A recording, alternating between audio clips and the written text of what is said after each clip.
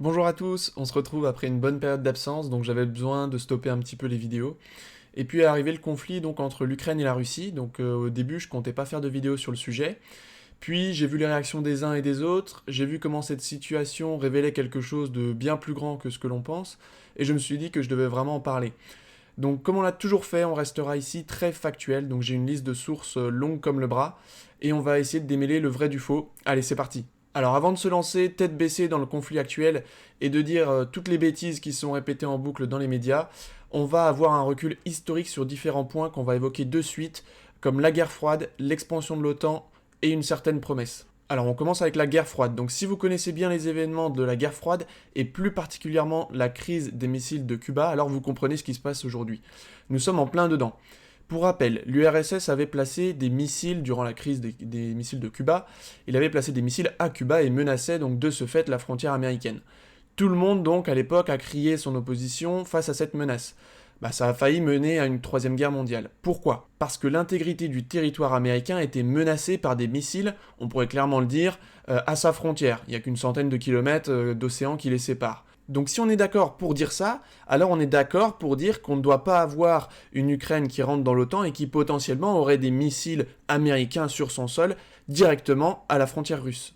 Donc une chose qui s'avère toujours constante dans l'histoire, c'est que les pays puissants souhaitent toujours, et c'est une ligne rouge à ne pas franchir, avoir des pays voisins qui ne soient pas une menace directe. L'URSS, elle l'avait construit en son temps donc un glacis protecteur avec les pays d'Europe de l'Est. À la chute de l'URSS, les différents pays de l'Europe de l'Est ont rejoint l'OTAN et l'UE, ce qui a mis fin au glacis protecteur de l'URSS. Et ça n'a pas pu être contesté par l'URSS ni par la Russie après, puisqu'elle était effondrée. Elle ne pouvait pas lutter contre plus fort qu'elle. Maintenant, aujourd'hui, c'est différent. Poutine est président depuis 2012 déjà, donc ça fait 10 ans qu'il a rebâti la Russie, aussi bien économiquement que militairement, on le verra. Donc si le sujet vous intéresse, je vous recommande d'aller voir sur ce site pourleco.com, et donc vous avez le titre ici, Vladimir Poutine à l'origine de sa popularité, le redressement économique de la Russie.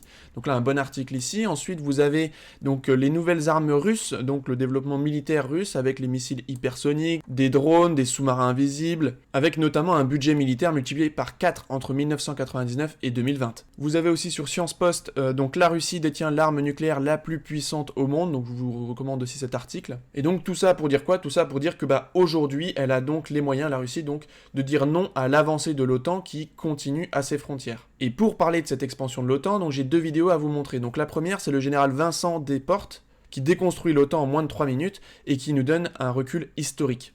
L'OTAN a accru les tensions en Europe. L'OTAN est une administration dont le premier but était de perdurer. Donc on est allé s'inventer des ennemis, en particulier en Afghanistan. C'est une administration avec des gens qui font carrière. Les Allemands font carrière dans l'OTAN, les Hollandais font carrière dans l'OTAN. Il y a énormément de gens qui ont intérêt à ce que l'OTAN perdure. L'Ukraine souhaite rentrer dans l'OTAN. Vous serez probablement d'accord avec moi sur le fait qu'il ne faut pas l'admettre demain matin dans l'OTAN. Ouais. Donc peut-être que si on l'y avait mise, on n'en serait pas là aujourd'hui. Hein. Peut-être, mais peut-être que si l'OTAN avait été dissoute, comme cela avait été promis aux autorités soviétiques au moment de la chute du mur, alors nous n'en serions pas là. Et qui a fait cette promesse? Eh bien, vous savez très bien que cette promesse a été faite aux dirigeants soviétiques. Mais non. Enfin, tout le monde le dit. Mais elle est dans aucun texte, cette pardon, promesse. mais... Ça a été dit, ça a été reconnu par tout le monde. Alors vous pouvez dire maintenant que ce n'est pas vrai, mais si, ça a été dit. Est-ce que j'ai 3 minutes? Non, vous en avez moins que ça. Bon, alors Mais- je continue. Pourquoi ai-je dit à un moment donné que l'OTAN était une menace?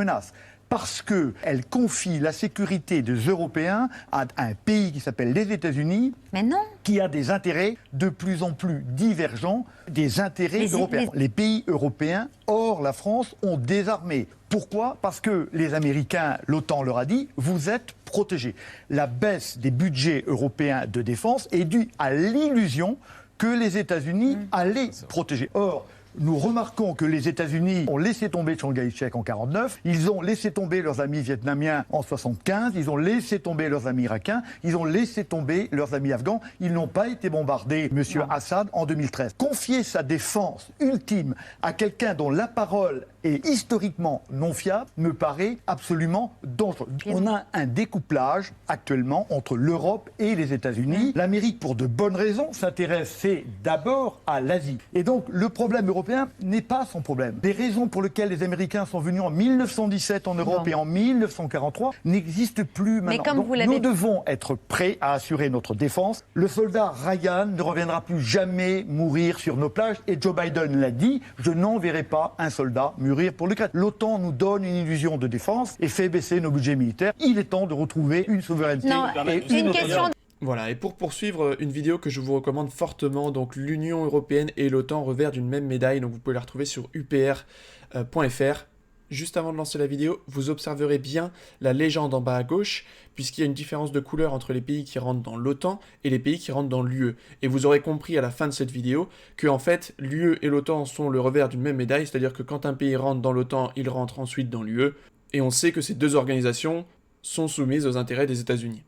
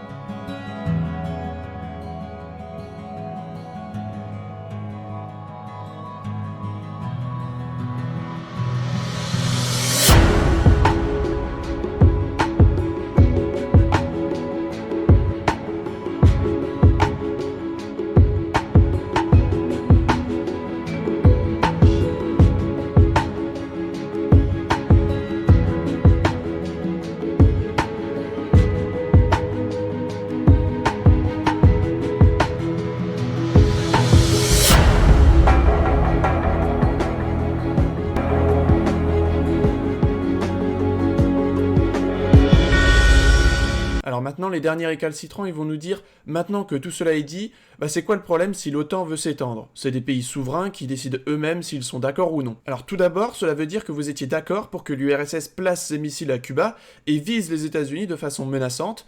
Cuba était un pays souverain qui a demandé les missiles russes pour prévenir une nouvelle invasion américaine visant à renverser son gouvernement. Et deux, cela rompt avec une promesse faite à la Russie qui date de la chute du mur de Berlin. On y vient.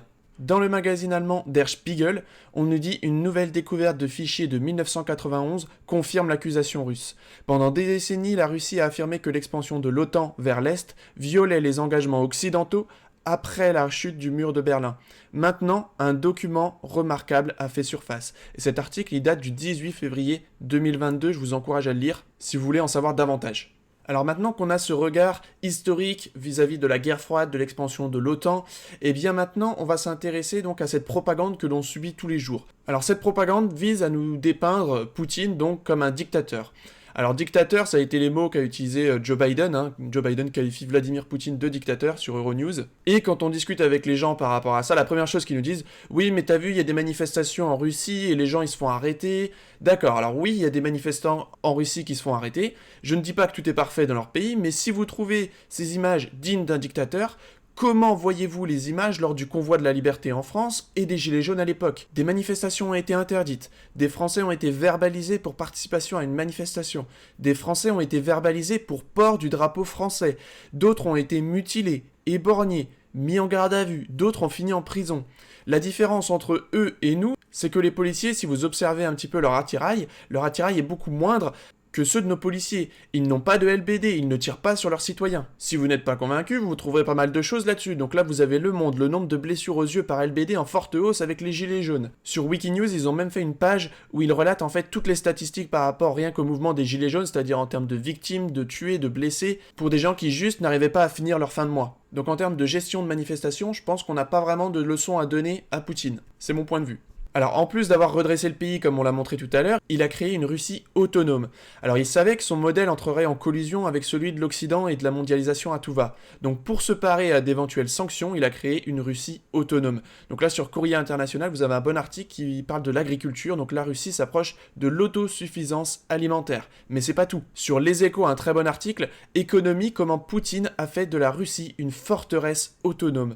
Depuis les sanctions de 2014 qui ont fait suite à l'annexion de la Crimée, Vladimir Poutine a désendetté la Russie et accumulé des services de change. Le pays peut vivre de façon quasi autonome de longs mois, puisqu'il dépend de moins en moins de l'Occident. Et c'est donc contre un pays qui tend vers l'autonomie qu'on accable de sanctions qui vont nous-mêmes nous affaiblir. Mais on y reviendra. Alors un autre point que je souhaitais évoquer, c'est le point de vue des médias, donc qui est uniquement du point de vue ukrainien. Donc on nous décrit le camp ukrainien comme le camp du bien. Donc dans ce conflit, on a un narratif qui nous est donné, seulement celui du point de vue de l'Ukraine. Et on nous donne deux camps, donc le camp du mal, la Russie, et le camp du bien, l'Ukraine, avec aussi l'Union Européenne et l'OTAN. Alors voyons si l'Ukraine fait vraiment partie du camp du bien. Alors sur 20minutes.fr, vous pouvez trouver donc Guerre en Ukraine, une artère de Kiev rebaptisée au nom d'un responsable nazi. Prudence, 3 petits points. Alors, ils essayent de débunker l'information, mais tout en nous disant en fait que cette décision elle a bien été prise, mais en 2016, bien avant l'invasion de l'Ukraine par l'armée russe, en application des lois de décommunisation en vigueur dans le pays. Donc sous le prétexte de décommuniser le pays, eh bien ils le nazifient. Et le fait que ça a été fait en 2016 et non pas pendant l'invasion de l'Ukraine résout apparemment tous les problèmes pour 20minutes.fr. Il n'y a pas de problème qu'une artère soit rebaptisée au nom d'un responsable nazi. Et cette infiltration nazie de milices nazies est tellement forte qu'au Sénat, Madame Nathalie Goulet interroge donc Monsieur le ministre de l'Europe et des Affaires étrangères sur la situation en Ukraine.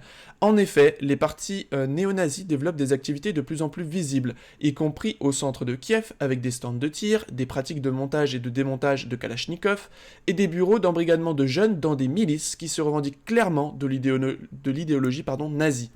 Des papiers d'identité de soldats nazis, morts pendant la guerre, dont des membres des Sonderkommando, sont en vente libre sur la descente de Saint-André. Ces activités sont conjointes à l'entraînement de miliciens de suprématie blanche qui fomentent des attentats dans toute l'Europe, au nom du tristement célèbre régiment Azov. Ces activités sont extrêmement préoccupantes et elle souhaite savoir quelle est la position donc, du ministère de l'Europe. Et quelles mesures il compte prendre pour éviter la contagion de cette idéologie mortifère. Et donc c'est quoi ce régiment Azov ? Ce régiment Azov, donc aussi connu sous le nom de Homme en Noir, est une unité d'extrême droite néo-nazie et suprémaciste blanche intégrée à la garde nationale de l'Ukraine. Je sais pas si vous réalisez là. Donc voilà quelques photos de ce fameux régiment Azov. Ça donne tout de suite envie d'aller se battre pour l'Ukraine. Mais c'est pas fini, il y a énormément d'informations. Donc guerre russo-ukrainienne, les rebelles syriens cherchent à passer en Europe pour se venger de Poutine. Donc voilà, si vous allez aider l'Ukraine, donc vous serez entouré de rebelles syriens et puis de néo-nazis. On a aussi une députée ukrainienne qui déclare qu'elle ne se bat pas seulement pour l'Ukraine, mais aussi pour le nouvel ordre mondial, c'est clairement dit. Right now, it's a critical time because we know that we not only fight for Ukraine, we fight for this new world order for the democratic countries. We knew that we are the shield for the Europe. Voilà, mais c'est encore pas terminé puisque l'Ukraine est un refuge inattendu des leaders de Daesh en exil. Et c'est un article de Le Point. Et on nous dit, selon un article du quotidien britannique The Independent, le pays serait devenu l'un des domiciles refuges des djihadistes de Daesh en exil depuis leur départ de Syrie et d'Irak. Ça fait lien avec l'article que je vous ai présenté tout à l'heure avec les rebelles syriens. Et puis bon, maintenant qu'on a parlé de toutes ces milices en tout genre, parlons du président en lui-même. La vidéo n'a pas encore été supprimée sur YouTube, mais vous pouvez voir donc que Zelensky, avant d'être président, donc jouait du piano debout, à la France Gall.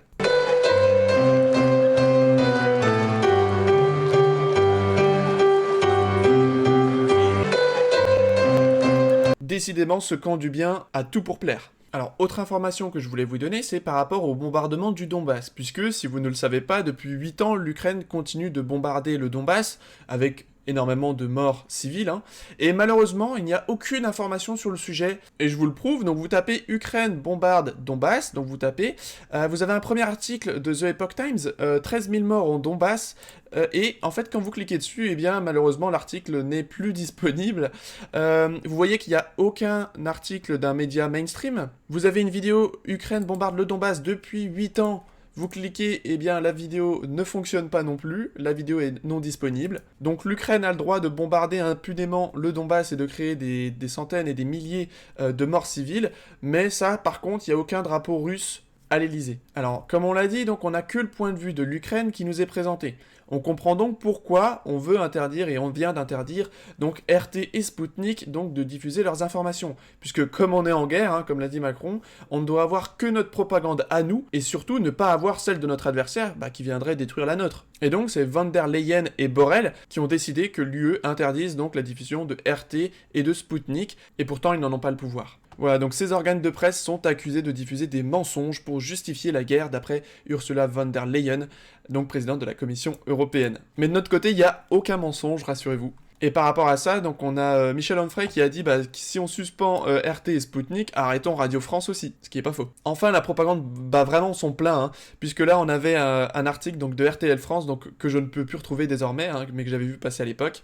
Donc le travailleur russe qui ne s'informe pas et qui regarde uniquement 20 minutes d'infos le soir en rentrant du travail est endoctriné depuis des années, explique une spécialiste.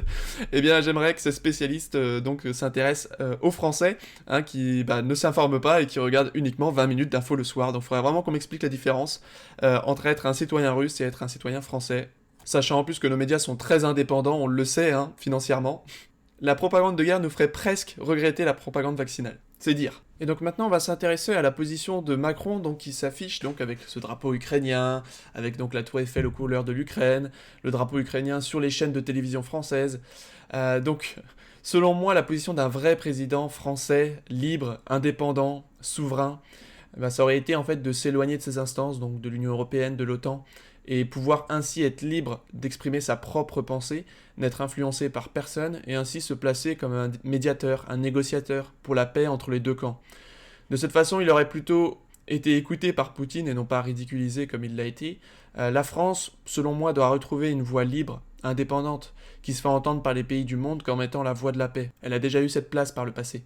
Au lieu de cela, il envoie des troupes en Roumanie, il envoie des armes à l'Ukraine. Comment peut-il penser qu'il sera écouté par Poutine alors qu'il est biaisé dans le rapport de force? Et donc on vient sur la finalité, sur pourquoi est-ce que Macron se comporte ainsi. En fait, il a un seul but, c'est de créer cette Europe de la défense. Utiliser la crise en Ukraine pour que l'Union européenne crée sa propre force militaire qui supprimerait les défenses nationales de chaque pays. Tout cela tend vers ce qu'on appelle les États-Unis d'Europe, c'est-à-dire noyer les nations de chaque pays dans l'Europe. La France réduite à une simple région de l'Europe, comme la Bretagne, l'est pour nous à l'échelle nationale. Ce sera de même pour tous les autres pays, et ensuite les mondialistes n'auront plus qu'à noyer l'Europe dans le monde, et ils auront donc leur fameux gouvernement mondial, auquel Sarkozy était très cher. En ayant supprimé les identités, les cultures propres à chaque pays, et bien voilà, ils auront ce gouvernement mondial. Si vous avez compris ça, en fait vous comprenez la stratégie de Macron et de Zelensky, qui sont des pions utiles à ce plan.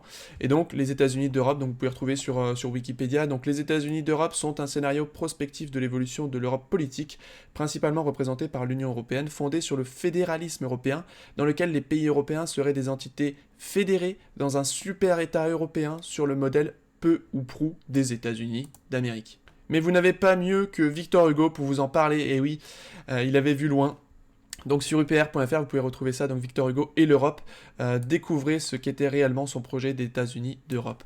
Et donc vous pouvez retrouver donc ici une citation de Victor Hugo qui nous dit « Un jour viendra où vous, France, vous, Russie, vous, Italie, vous, Angleterre, vous, Allemagne, vous toutes, nations du continent, sans perdre vos qualités distinctes et votre glorieuse individualité, vous vous fondrez étroitement dans une unité supérieure et vous constituerez la fraternité européenne, absolument comme la Normandie, la Bretagne, la Bourgogne, la Lorraine, l'Alsace se sont fondus dans la France. Je sais pas s'il y a besoin de rajouter quelque chose par rapport à ça, je pense que c'est plutôt clair. Et donc cette propagande, elle est vraiment très présente en ce moment, et le symbole de cette propagande, donc c'est ce drapeau ukrainien qu'on revoit partout, même sur l'application Stop Covid.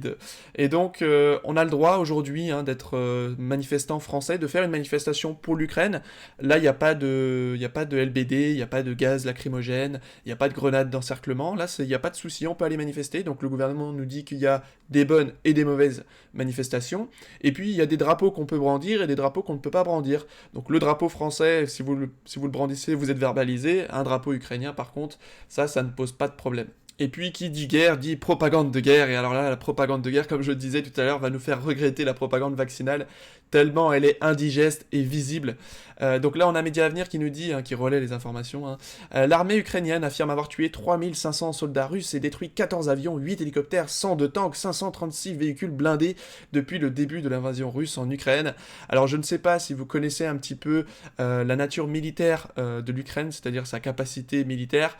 Franchement, elle est ridicule, contrairement à l'armada russe en face. On l'a vu tout à l'heure. Mais on continue de nous dire que l'armée russe s'enlise, n'arrive pas à avancer, que elle subit des pertes terribles. Donc là, bienvenue dans la propagande de guerre, et ce n'est que le début à mon avis. Et puis donc je vais vous montrer 2-3 petites informations qui sont passées ni vues ni connues. On nous balance...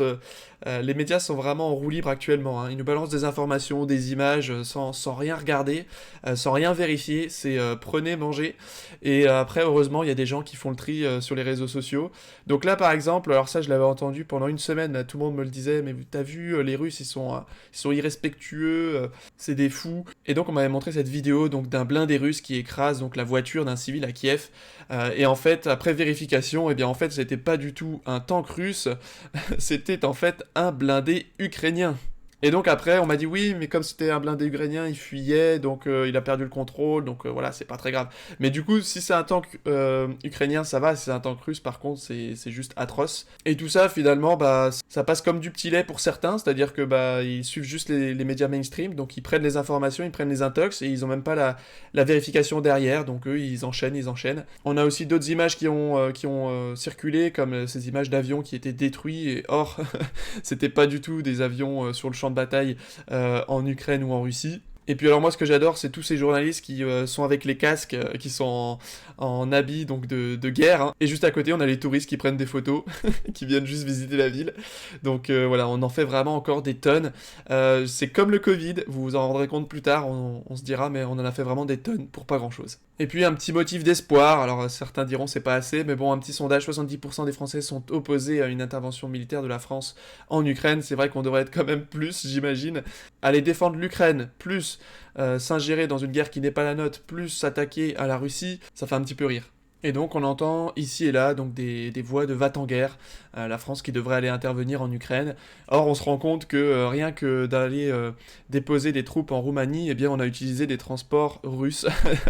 Donc en fait, malgré l'arrivée de l'A400M, les forces françaises dépendent largement des gros porteurs Antonov 124 affrétés via des intermédiaires opaques et dont les 2/3 appartiennent à des compagnies russes. Voilà, donc ces personnes-là, c'est juste des irresponsables, des gens qui voudraient qu'on rentre en guerre contre la Russie, c'est juste incroyable. Et donc dans cette idée là de jouer des braves, eh bien on a Bruno Le Maire qui se lâche, qui nous dit nous allons provoquer l'effondrement de l'économie russe. Et donc j'ai adoré la réponse d'Olivier Delamarche qui nous dit la seule véritable sanction qui pourrait provoquer l'effondrement de l'économie russe serait de t'envoyer comme ministre de l'économie là-bas. Excellent.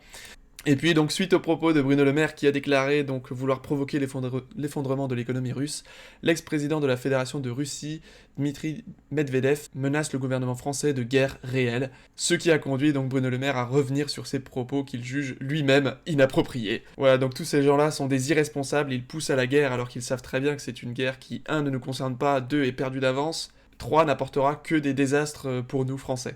Et d'ailleurs, en parlant de désastres, on peut comparer un petit peu donc les armées de chaque côté. Donc on a la Russie, la France, donc en termes de personnel actif, vous imaginez bien que la Russie est largement supérieure à nous, rien qu'en termes de nombre d'habitants. Le personnel de réserve, les forces paramilitaires, le nombre de chars, voilà, je pense que tout est dit. Le nombre d'engins blindés, le nombre de chars, le nombre d'engins, le nombre d'artillerie, de lance-roquettes, de porte-avions. On est meilleur dans un seul domaine, c'est sur les porte-hélicoptères, puisque nous en avons 3 et la Russie n'en a pas. À part ça, vous l'aurez compris, il n'y a pas match, on va dire, entre les deux. Donc à ceux qui nous lancent, à ceux qui s'enflamment de s'attaquer à la Russie, il faudrait d'abord se calmer et regarder un petit peu les effectifs de chacun et les conséquences d'une telle décision. Notamment aussi avec donc ce missile, le Satan 2, capable de raser un pays comme la France et qui en plus est invisible. Donc on n'aurait même pas le temps de le détecter que notre pays serait rasé. Donc voilà, s'il y a des gens qui veulent affronter cette nation-là, pourquoi pas, mais selon moi c'est des irresponsables. Et puis alors ce qui est bien avec la propagande de guerre et puis avec les crises en tout genre, c'est que eh bien on a des millions qui sortent de nulle part, donc l'argent magique de retour après le Covid et les milliards dépensés. Eh bien regardez, on a 300 millions d'euros qui vont partir en aide à l'Ukraine. Macron décide ça de son propre chef sans en demander l'accord des Français qui je pense l'auraient refusé, puisque on n'a pas d'argent pour les services publics, par contre on en a pour aller aider l'Ukraine face à la Russie. Alors maintenant on peut s'interroger un petit peu sur les conséquences. Quelles conséquences est-ce qu'il va y avoir de cette crise? Eh bien tout d'abord on voit déjà des premières conséquences, donc l'Ukraine, la Géorgie, la Moldavie. Pourquoi une nouvelle expansion de l'Union Européenne n'est pas si simple? Oh là, ils sont un peu déçus parce que c'est pas simple, mais en tout cas, on pousse pour que l'Ukraine, la Géorgie, la Moldavie rentrent dans l'Union Européenne. Vous l'avez vu avec la vidéo en début de partie avec l'UPR. Donc en plus de menacer la sécurité de la Russie, eh bien ce sera double effet, puisque la Géorgie, regardez, 352 € par mois en termes de salaire, la Moldavie 343 € par mois, l'Ukraine 253 € par mois, oui. Cela permettra aux grandes entreprises de tirer encore une fois les salaires vers le bas, avec des salaires qui sont complètement ridicules comparés aux nôtres. Mais ça, on le sait bien, ça va aider et ça va favoriser certains. Alors on peut se demander aussi, est-ce qu'on va aller vers ces États-Unis de l'Europe ou est-ce qu'on va aller vers un effondrement et un retour aux États-nations? Ce qui se passe actuellement pourrait montrer que nous ne sommes plus souverains et du coup peut-être nous donner envie, nous remotiver à le redevenir, que ce soit français, que ce soit italien, espagnol, tous les pays européens. Donc est-ce qu'on part vers ces États-Unis d'Europe comme on l'a décrit tout à l'heure ou est-ce qu'on part plutôt vers un effondrement de l'Union européenne et un retour aux États-nations? C'est la question qu'on peut se poser. En tout cas, il y a un premier pilier qui est en train de s'effondrer, c'est ce slogan qu'on nous avait vendu à la fin de la Seconde Guerre mondiale, c'est-à-dire l'Europe c'est la paix. Eh bien, l'Europe ce n'est plus la paix. En effet, on a l'Allemagne qui annonce débloquer une enveloppe exceptionnelle de 100 milliards d'euros pour renforcer sa défense, donc le temps de l'Europe de la paix est révolu. On a d'ailleurs, face à l'invasion russe, donc l'UE qui va financer l'achat et la livraison d'armes à l'Ukraine. Encore une fois, ce pilier est en train d'être détruit. Et c'était un pilier important, puisque à tous ceux qui voulaient quitter l'Union Européenne, on nous disait « mais si vous quittez l'Union Européenne, c'est la guerre ». Voilà. C'était vraiment l'argument de fond qui nous était donné à chaque fois. Eh bien, si cet argument n'est plus valable, ça va en faire réfléchir certains. Et puis, question qui est la même, qui rejoint le Covid, va-t-on vers la fin de nos libertés individuelles, ou est-ce là une opportunité de les récupérer en montrant à quel point ces libertés sont devenues fragiles? C'est la question, puisque, vous voyez, notre liberté n'est plus un acquis. Que ce soit le Covid ou que ce soit la crise en Ukraine, le gouvernement est le meilleur pour restreindre et supprimer nos libertés. Et on sait que, mécaniquement, plus on supprime, plus on rogne nos libertés, plus ça réveille quand même certaines personnes qui sont alertes. Et plus important peut-être encore, les tensions diplomatiques qui s'installent avec la Russie, les sanctions à l'égard de la Russie entraîneront-elles des crises économiques, des crises énergétiques pour nous Européens? Observera-t-on un effet boomerang à vouloir sanctionner un pays qui est autonome alors que nous-mêmes nous sommes ultra dépendants? Et en partie de ces pays-là. Et on a déjà des premiers effets qui sont sentis. Donc tout d'abord, la suspension de Soyouz à Kourou, donc un cauchemar pour l'Europe, la France et Arianespace. L'agence spatiale russe a décidé de suspendre les lancements de Soyouz à Kourou en réaction aux sanctions de l'Union Européenne après l'invasion de la Russie en Ukraine. Cette coopération est cruciale pour l'accès à l'espace de l'Europe et de la France, notamment dans la période de transition entre Ariane 5 et Ariane 6. Elle est très importante pour Arianespace qui a 8 lancements Soyouz en 2022. Donc c'est en cela que je dis que nos gouvernements sont vraiment des irresponsables, c'est qu'ils ne calculent pas l'impact que ça va avoir pour nous, Français, et plus globalement pour notre pays. C'est comme le Covid, on ne mesure pas l'impact des mesures qu'on est en train de prendre actuellement.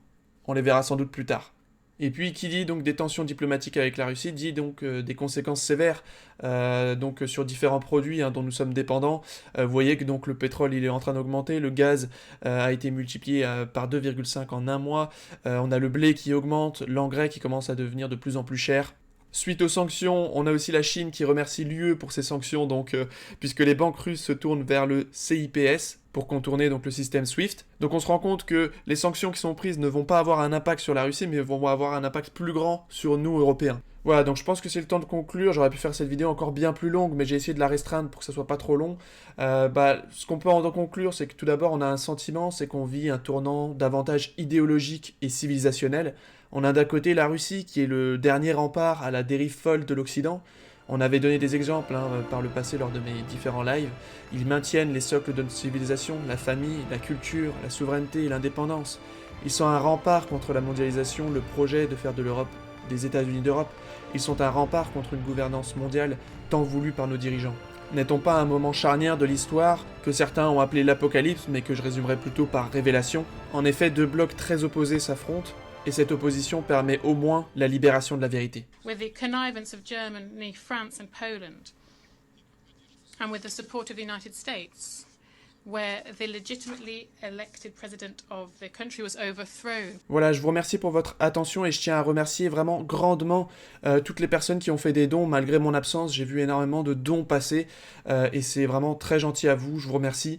Je vous souhaite comme toujours beaucoup de courage et je vous dis à très bientôt. Allez, salut!